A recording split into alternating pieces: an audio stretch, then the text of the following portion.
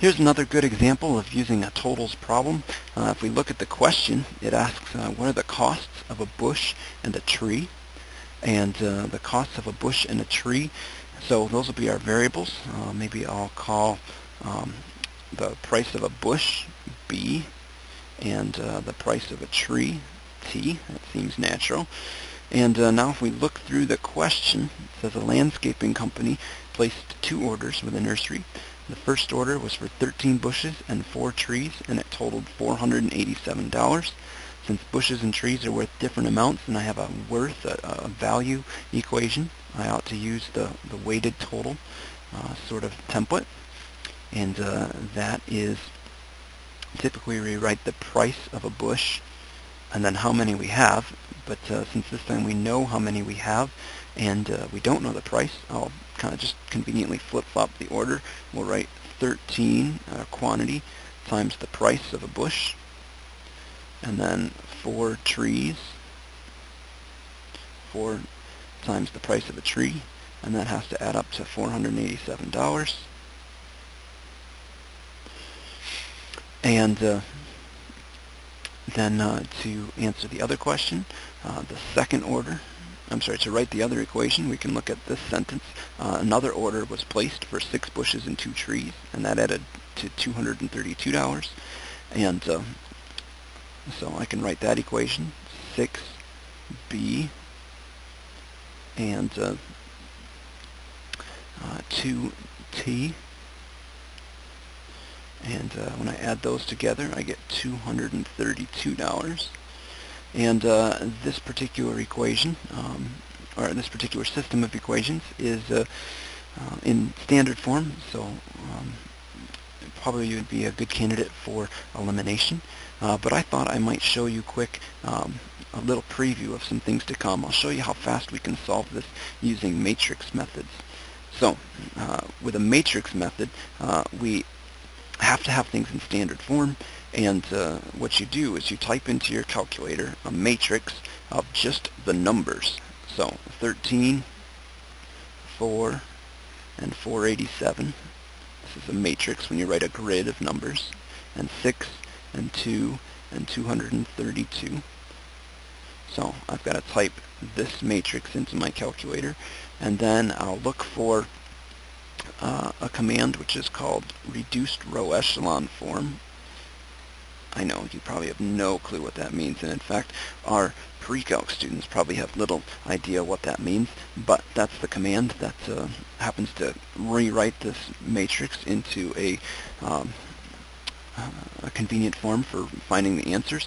And so I nicknamed this really ridiculously easy form. And so let's get out our calculator then.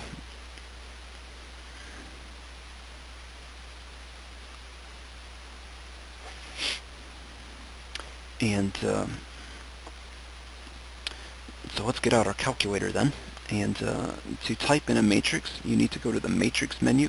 So that's second and x1. And there are lots of different matrices that you can use. I'm going to use this A matrix. There are several different matrices that you can use. I'm going to use B because I don't have anything in B yet. So I'll go down, actually I'm going to go over to Edit and then go down to B and hit Enter. You need to tell it how big of a matrix you have, and it's always rows by columns. So this is 2 rows by 3 columns. And now you can enter in the numbers. It's 13 and 4 and 487. Notice I'm just hitting enter and it kind of cycles through them in order. And then 6 and 2 and 232. And now that I'm done, I'll hit clear to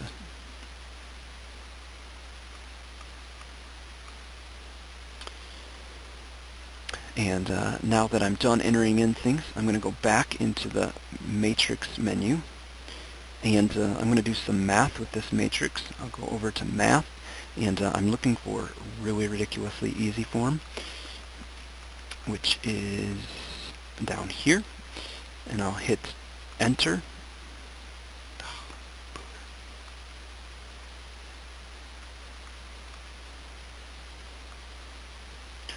So when you're done entering in your matrix, you need to get out of this by quitting. So hit second and mode to quit, go back to the normal screen.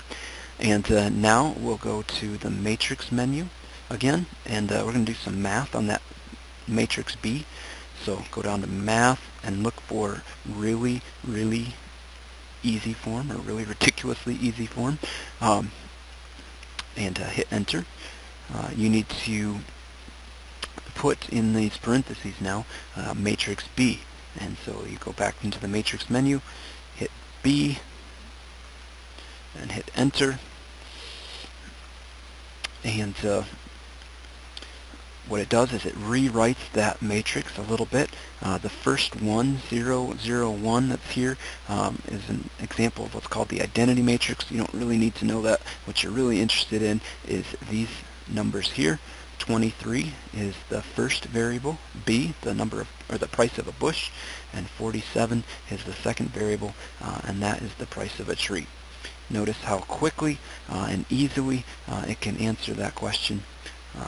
But again, without knowing and understanding what's at work there, it might just look like magic. Some of you might not care, you just want the answer, but I would encourage you to refrain from using matrix methods to solve the problems, because if you don't know how to use it and there's some small twist in the problem, which I'll make sure to put on a quiz or a test, then you're going to get it wrong and not know why, and I won't be able to give you credit for it. But if you try to show me with substitution and elimination how to solve your problems and you're making some progress, then I can give you points. So anyway, there's an example of using matrix methods to answer a problem.